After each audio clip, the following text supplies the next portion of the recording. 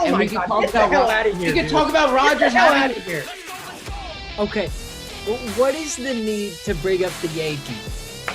It's just stuff to bring up because Are you kidding me? Come on, dude. This came out of nowhere. not. Clemson is a top team. Don't start with that. Clemson's a top team, no doubt, 100%. Unless Syracuse on Saturday, then they might move down. Welcome back to Go Chat. We are here with episode number 78. We have a great one for you. March Madness started on Friday. We have a little special twist that we're going to mention with our GOAT picks a little bit later on in the episode. But for right now, as you guys always know, we start with our Go to the Number segment. Number 78 could be another easy one. I only found one name myself. So, Mike, I'm going to swing it to you first. I'm gonna go with Bruce Smith, defensive end for the Buffalo Bills, and a little time at the Washington Redskins. He was 11-time Pro Bowler, 8-time All-Pro, a part of 2 Hall of Fame teams in the 80s and 90s, and in addition, he was 2-time Defensive Player of the Year. He just racked up the sack numbers. He really broke out in his second year with 15 sacks, and ever since then, he really killed it and really flexed his Defensive Player of the Year status year after year after year. And he's just one of the best defensive ends of all time. Really a generational pass rusher, and I'm going with him here. Tommy, you're going to give us another baseball player that wore the number for 93 games in their career. You're gonna be reasonable here. Let's go to the number segment. Well, I've been looking the whole time Mike was talking, and the only player I could come up with was Julio Urias. So, and he doesn't even wear that anymore. So I'm going to have to go with Anthony Munoz, Hall of Fame football player. Spent 13 seasons with the Bengals, 8 consecutive Pro Bowls, which is very impressive.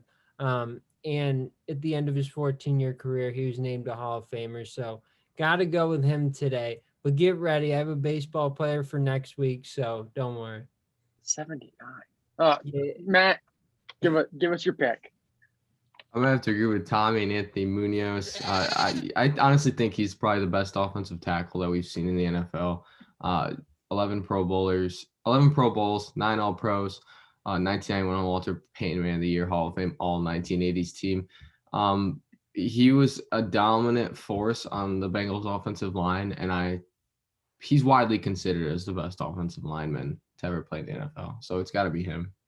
Gosh, if only the Bengals could have had him last year. Maybe Joe Burrow went out, busted up his knee. Maybe they'd be in better shape. No, I have to go with Anthony Munoz myself here as well. All the accolades were mentioned. One thing that I do want to say, Matt, Bart Starr. Anthony Munoz was a Bart Starr Man of the Year in 1988. So definitely a big achievement there. Walter Payton Man of the Year award you mentioned in 1991. 11-time Pro Bowler. Definitely a great career for Anthony Munoz.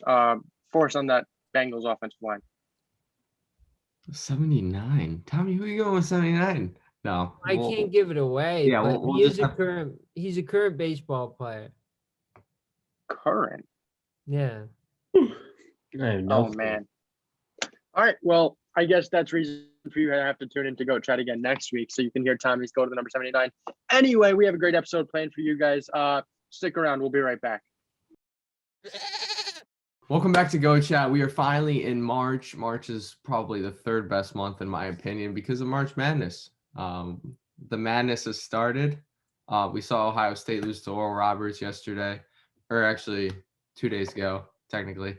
There could be some more upsets while we're recording here on Saturday, but might as well we just give our insights since we didn't last week. We had to talk about Dak Prescott. Let's give our insights about March Madness, who's going to win each region, what we think so far. I don't know. Connor, I'm going to swing it to you first.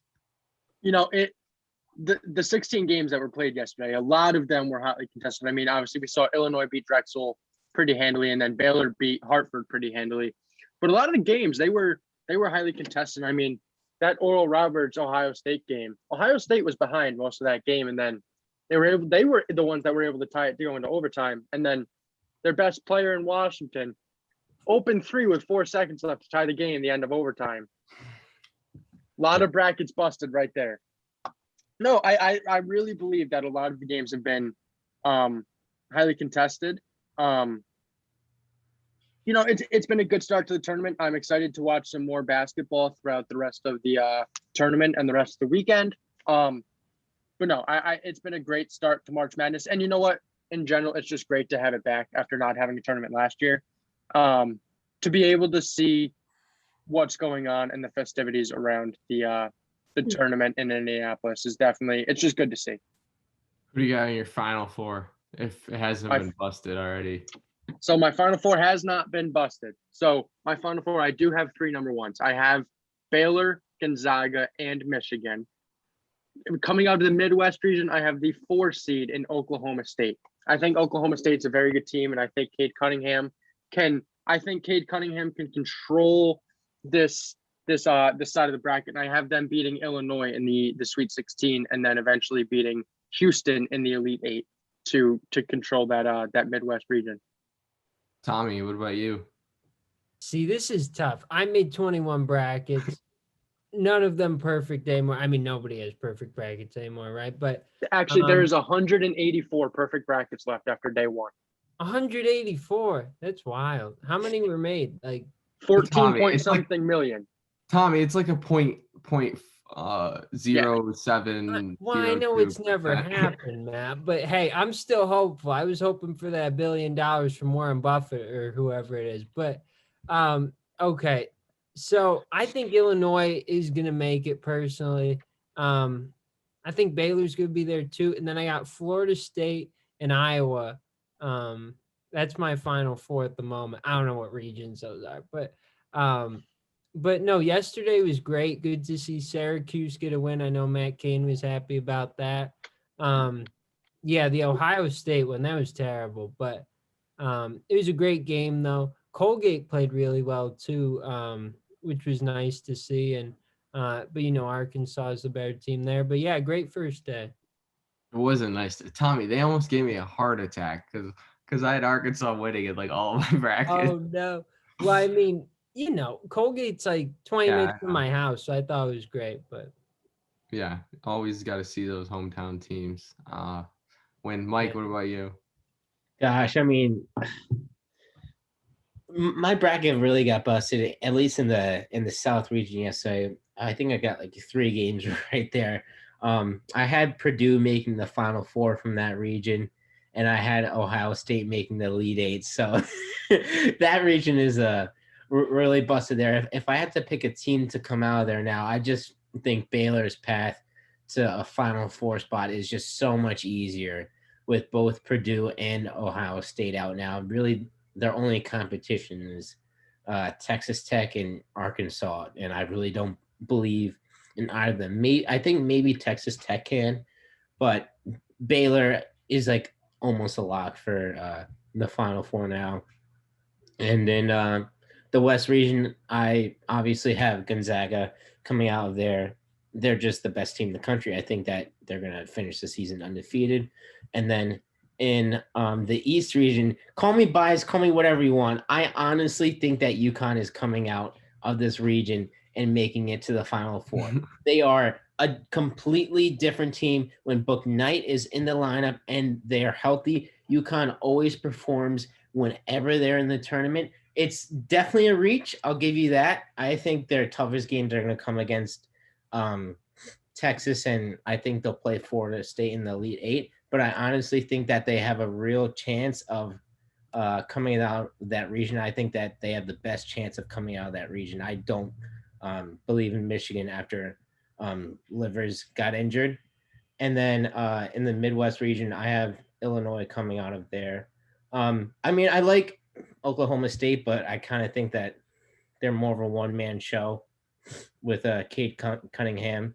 And really, I could totally see Houston coming out of that region. I think they're a very good team, but just based on the competition Houston played, I'll take Illinois and AU to Sumo.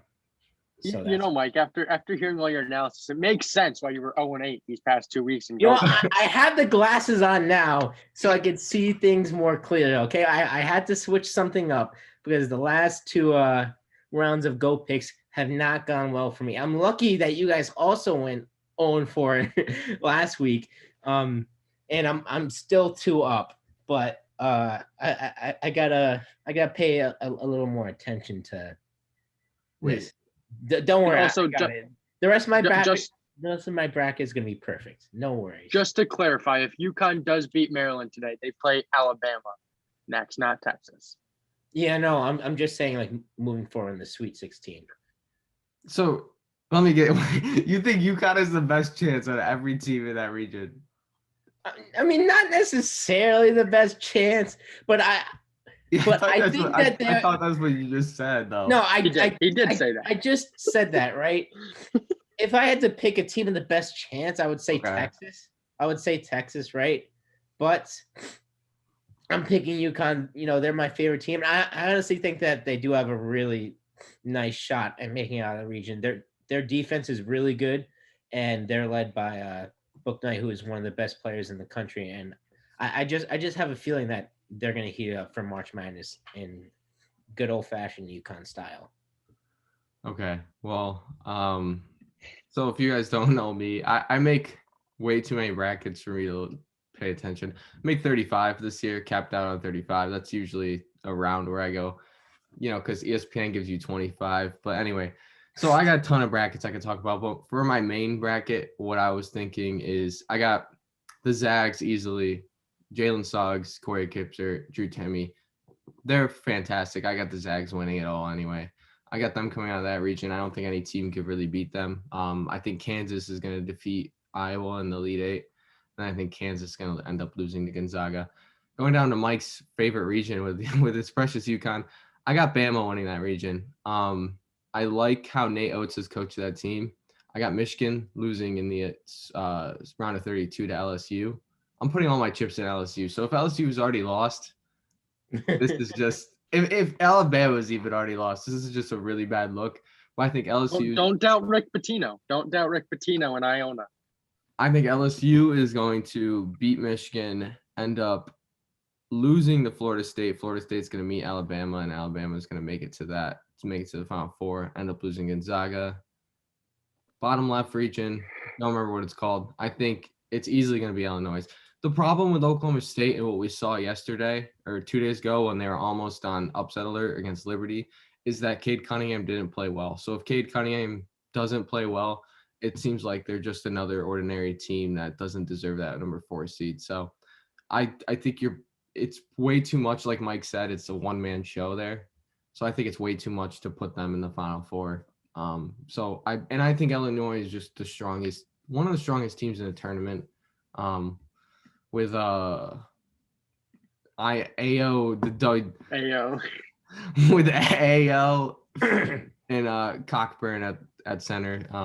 I think that they're probably the strongest team. Syracuse can make a run. I got Syracuse in the Sweet 16, and then top right. I had Ohio State with some of them, but my main brackets I actually had Baylor because I don't like to be chalky, but I just can't see.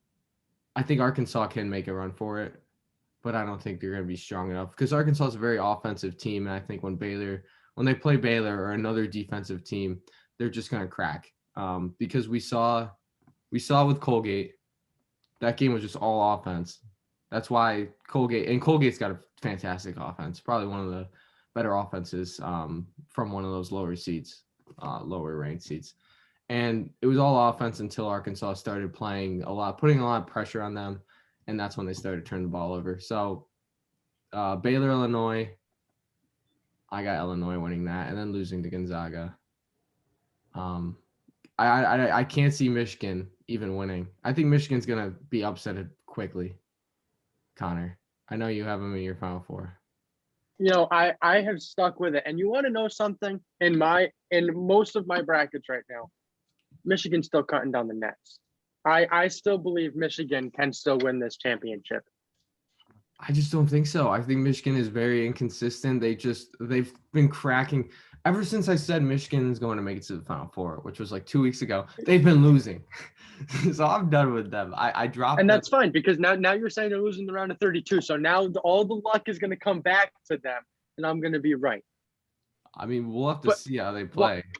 While we're talking about how I'm right, I want to mention how last week on Goat Chat, I was very, very wrong about Syracuse basketball. I don't want to And about- hear it. I and don't want about to Buddy hear Boeheim. it. You said No, it no, like no, no. 20 times. No. Yeah, you're gonna allow me to talk, Matt. Okay.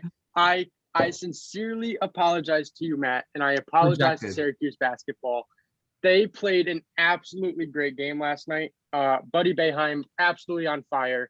I've never seen a shooting performance like that before. In the first round of a tournament. You think it was because of his dad, Connor? That's an important No, question. no. What do you mean? He's been doing that before. I have never seen something. I just He what just I did saw that. from Buddy last night was just. Yes, I know he's done it these past couple weeks. He's been on an absolute tear. What I saw last night was different than what I've ever seen, and I truly apologize to all the Syracuse faithful for what I said, because he was incredibly deserving of goat of the week last week and the week before, and potentially even this week, because he played out of his mind, and I do have to apologize.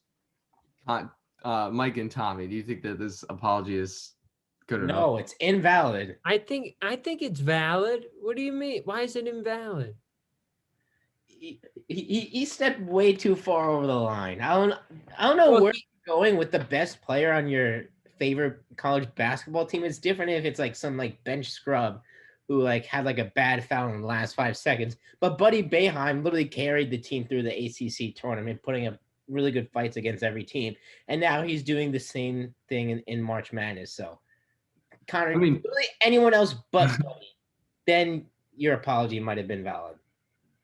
Dolajai had 3 points right at the beginning, and then Buddy hit 16 in a row. The fact that Syracuse had like a run of like 9 minutes when it was just Buddy scoring, incredible. And the biggest thing, I think the biggest factor that I saw yesterday, and I'm going to mention the Wisconsin UNC game quickly, is UNC could not hit an open shot. They were better in that game. Sucks. They were better in that game when there was a person in their face. And I think the same applies for Buddy Boeheim. Absolutely, he hits those open shots, but when he is contested, it just seems like it goes in like water. I mean, I truly, like, I do apologize. I apologize. Buddy Boeheim, you are a great basketball player. I can't wait to see what he can do the rest of this tournament and in his senior year at Syracuse. And Buddy was the highlight of the game, but the defense was outstanding too. They played well, and I think it was the first time San Diego State had seen the 2-3 zone all year, if I'm correct. So, I mean, they look great. Probably the best performance all year from Syracuse for sure. But if they're gonna play well, Buddy's got to play well, and he did that last night. So. The 62 points from San Diego State really doesn't tell the story of that game, because San Diego State at the end of the game was hitting a lot of their shots. They had 18 points at halftime, and up until I think it was like 6 minutes to go in the second half, they were at like 32 or 33 points. I mean, Syracuse really just dominated. They dominated that game. And for Mike a couple days ago in our group chat to call San Diego State the strongest 6 seed in the tournament, he said that because Kawhi. It's because Kawhi Leonard. It's because of Kawhi Leonard. They had a top 10 defense in the nation, right? Their offense was still pretty good. Yeah, they shot a lot of the threes, but a lot of the time it went in, right? So I think it was yesterday or 2 days ago, technically. It was just a matter of them not hitting their shots. I mean, they didn't score a single point for 9 minutes, from 9 minutes to 0 in the first half. So I think it was a really off performance from them. I don't really think that's indicative of what San Diego State actually is. But Syracuse absolutely dominated them from start to finish. They 100% deserve that win. And I really give them a shot to beat West Virginia after they weren't really impressive against Morehead State up until like the last 5 minutes. Matt, you don't have to accept my apology, but I just want you to know that I am remorseful of what was said last week on Go. I don't think anybody that's from Syracuse is going to accept your apology if they're watching last week's episode. I just think like that's like Mike said, like he even said that like if a Cowboys fan was making fun of Dak Prescott, there's no point to it. Like that's just I don't know. Go to the weeks get hot. I mean, Mike brought up golf and then how that sport was dumb. You came at me for no reason. Yeah, Matt, you were talking about how baseball is the Well, worst No, sport. you came at me. Because wait, Connor, you started Connor. all of it though. You realize that. I did start all of it. I did. No, I kind of did start it though when I went back and looked at it. Because didn't I say something about like the trivia? Like Connor's got to brush up Oh. on his trivia. He did. Man, Tommy that is started it. true, See, Tom. so Tommy owed. So in the end here, I think the story that we got from this is Tommy owes me the apology. Well, Connor, I apologize for getting you fired up, but I apologize that you escalated it to that point. But All right, back to college basketball. I think the thing I said about San Diego State is that their ride and die by 3, and we saw that they easily died right away by 3. And I think that defensively, what are you guys laughing at? I mean, they were like more than dead. It was like they were like 10 feet under. They were horrible. Anyways, go ahead. I mean, they went like 0 for 10. I think Matt Mitchell was 0 for like 0 for I think 7 I would have by made that like 2 game. of those. I mean, whatever. Go ahead. I'm done with them. But no, I think that their Syracuse was able to out rebound them too, which was key. No, so I think Syracuse played absolutely fantastic. I think that it'll be a great game against West Virginia on Sunday today. Well, one thing before we wrap up the segment, I kind of want to go through all of us and give our biggest upset or like the most unexpected run for any team to make. So, Connor, I'll swing it to you first. So I mean, as far as upsets, I had Oregon State beating Tennessee yesterday, but I didn't see that as the biggest upset. I thought Oregon State was the better team. As far as the biggest upset with the team that I think can go far, and you guys may give me a lot of hate for this because their regular season record was 1 game above 500, but I see the 12th seed in Georgetown making it to the Sweet 16. I think they can beat Colorado on Sunday. Colorado, you know, they won, or no, they lost in the finals of their conference tournament. But overall, I just didn't think they were that really good of a team.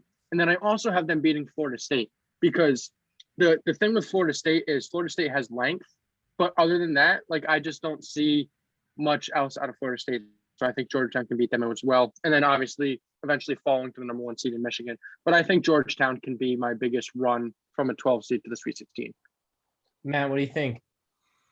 I think Connor, I don't like that, Connor. I think Florida State's a very deep team, and I think that defensively they're just gonna crack down on Georgetown.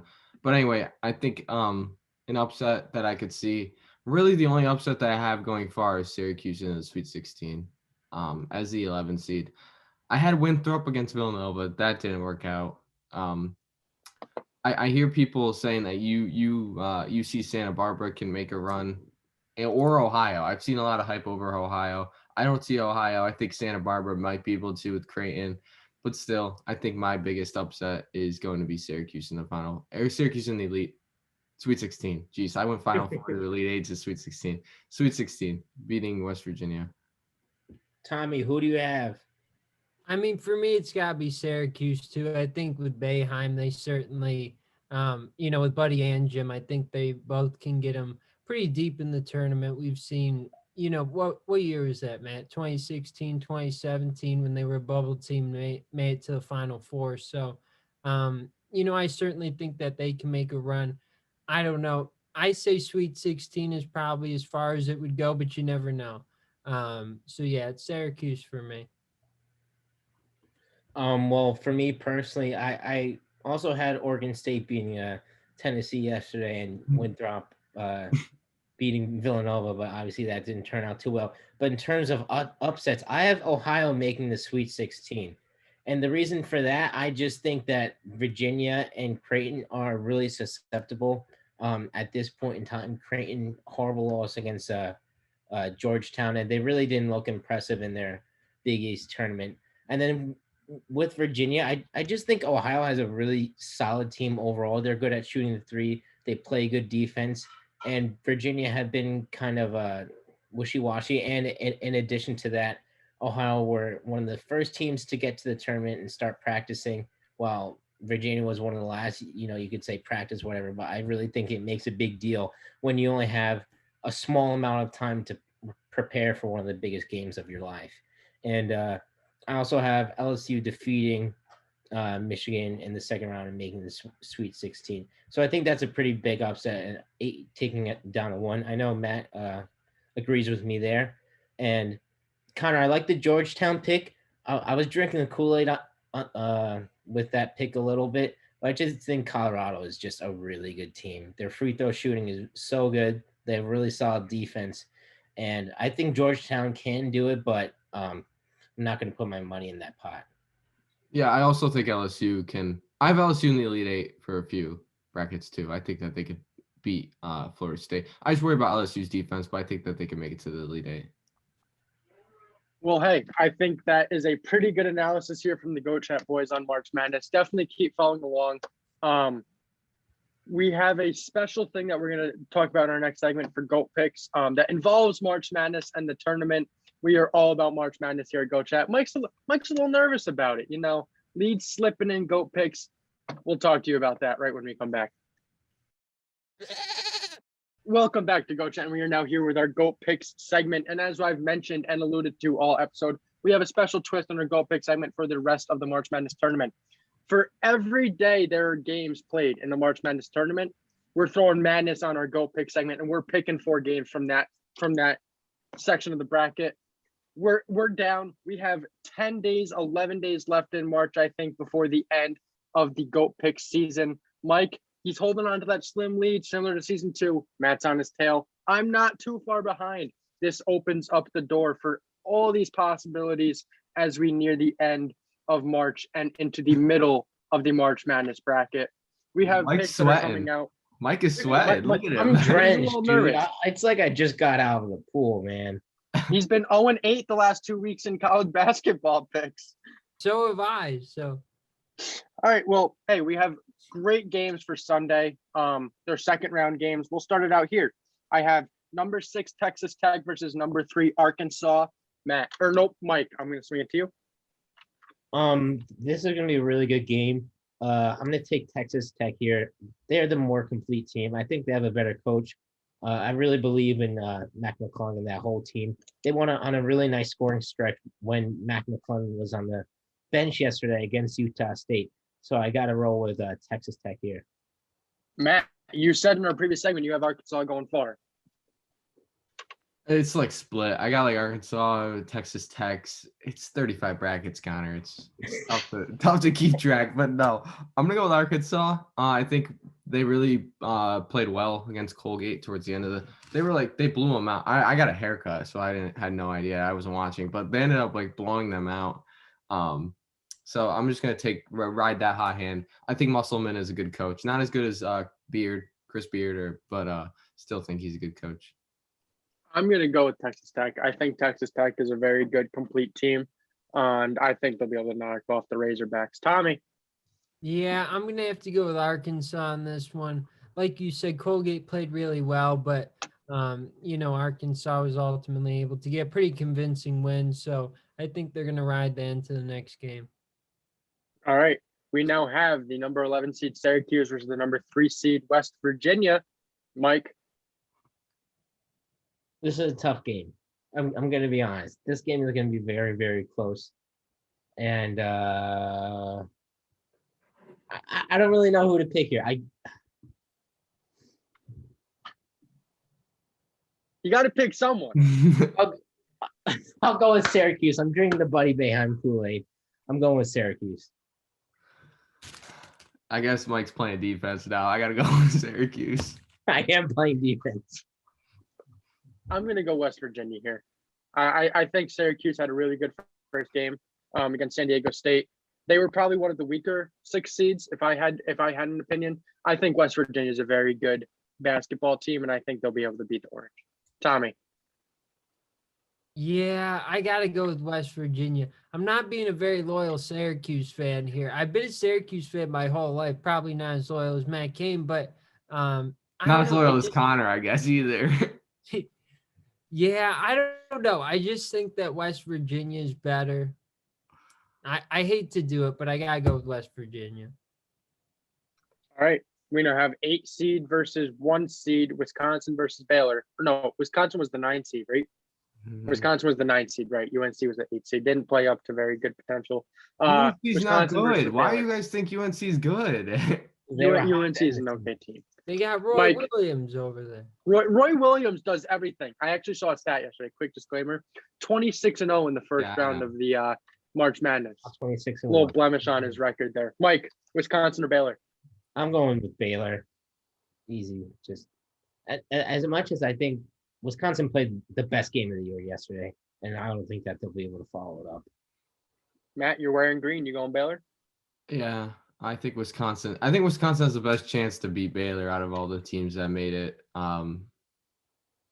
Yeah, I think Wisconsin. It's gonna be a good game. I just think Baylor's gonna win. Yeah, I think Baylor's overpowered. I said I had them going into my Final Four, so I got to go Baylor. Tommy. Yeah, I agree. I have to go with Baylor. You covered it. I mean, I don't even think it's going to be particularly close, but we'll see. Last game of this second round on Sunday of GOAT picks. We're going with North Texas, the number 13 seed, who knocked off Purdue. They beat Purdue, right? North Texas was the team they beat Purdue in overtime. And then Villanova of the 5 seed. Mike.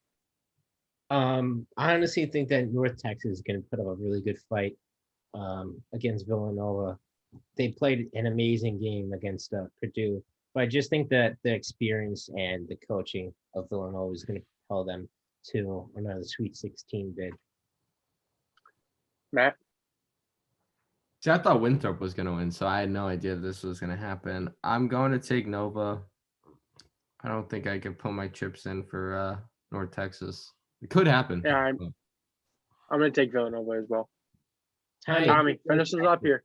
Yeah, I agree. I have to go with the experience of Villanova. I mean, but like you said, North Texas, they were great against Purdue. And, I mean, they could make it close, but I think it's going to be Villanova for sure. All right. That was GOAT picks. As you said, as I mentioned, follow along on our socials this week. We will have a bunch of picks coming out. Obviously, the Sweet 16, it opens up next weekend. So there'll be a little bit of a break, but definitely follow along. Mike's going to be shaking his boots here as we enter the end of the season. As always, we're going to go into our Go to the Week segment next. I see a lot more of college basketball in the near future. Welcome back to Go Chat. We're going to finish up this episode with the Go of the Week. Might as well just rename it to Matt Kane of the Week because it seems like I don't ever lose. Last week, Buddy Boeheim, first Goat Chat nominee to win it 2 times in a row. And this week he can win it 3 times in a row. And he could be the most won because I think LeBron's won it twice. Luka Doncic is Derrick Henry's won it a fair amount. Twice. Or 3 Derrick times. Henry won twice. Maybe 3 times. I don't know. Yeah, twice because you went with it and then I went with it. We both won. Mike tried, just didn't win. Yeah. But we got another good Go of the Week. All college basketball. Connor, I'm gonna start with you. I'm going to go with the Florida center, Colin Castleton. 19 points, 14 rebounds, 3 huge blocks at the end of the game that really could have helped Virginia Tech win if the ball was able to go into the net. But he was super clutch there at the end of the game, grabbing a bunch of rebounds. And as I mentioned, the blocks. His size was just so overpowering on that court. And he was really a big reason why they were able to eliminate their 10-plus point down deficit because of his presence in the paint. And they really locked up their defense, and they were able to shut Virginia Tech down. And at the end of the day, Colin Castleton was the one who made the big play in overtime to get the block with like 30 seconds left that pretty much sealed the game for Florida. So I'm going to go with Colin Castleton. Tommy, what about you? Yeah, it's a good pick, Connor. I'm going to go with the guard from Oral Roberts, Max Asmus. He was great yesterday, and he was a big reason why they were able to get, well, not yesterday, on Friday. He was a big reason why they were able to upset Ohio State, 29 points, played 45 minutes, which that's very impressive. Put in a lot of minutes in that one. And he was just a big reason why they were able to pull off that upset, and got to go with him for my Go of the Week. Another great pick. Mike, what about you? Well, I'm going with the Wisconsin guard, Brad Davison. 29 points, 5 for 7 from 3, 10 of 15 from the field.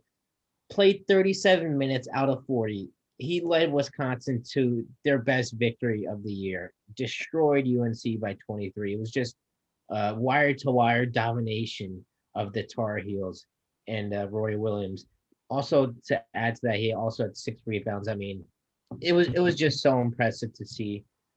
Really, Wisconsin. Really, none of us thought Wisconsin was going to beat UNC, but Matt, right? So I think he really proved a lot of people wrong. I think that more people were picking UNC slightly over Wisconsin. So it has to be Brad Davison here for me. Yeah, he played a great game. That's honestly a really good nominee. If I didn't have my pick, I would have voted for you, Mike. But at the end of the day, it's going to be Buddy Boeheim to win the Golden Week for the 3rd week in a row. But it's not like I'm just picking him for breathing. He got 30 points yesterday in Friday's game, 7 for 10 from 3.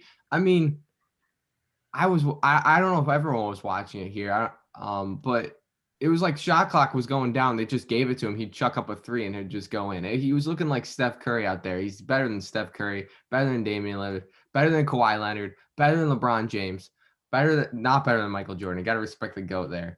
But Buddy Boeheim is going to win the GOAT of the week for the 3rd time in a row. Matt, you're gonna make me freak out again. He's better than LeBron James. I've never seen LeBron James do that.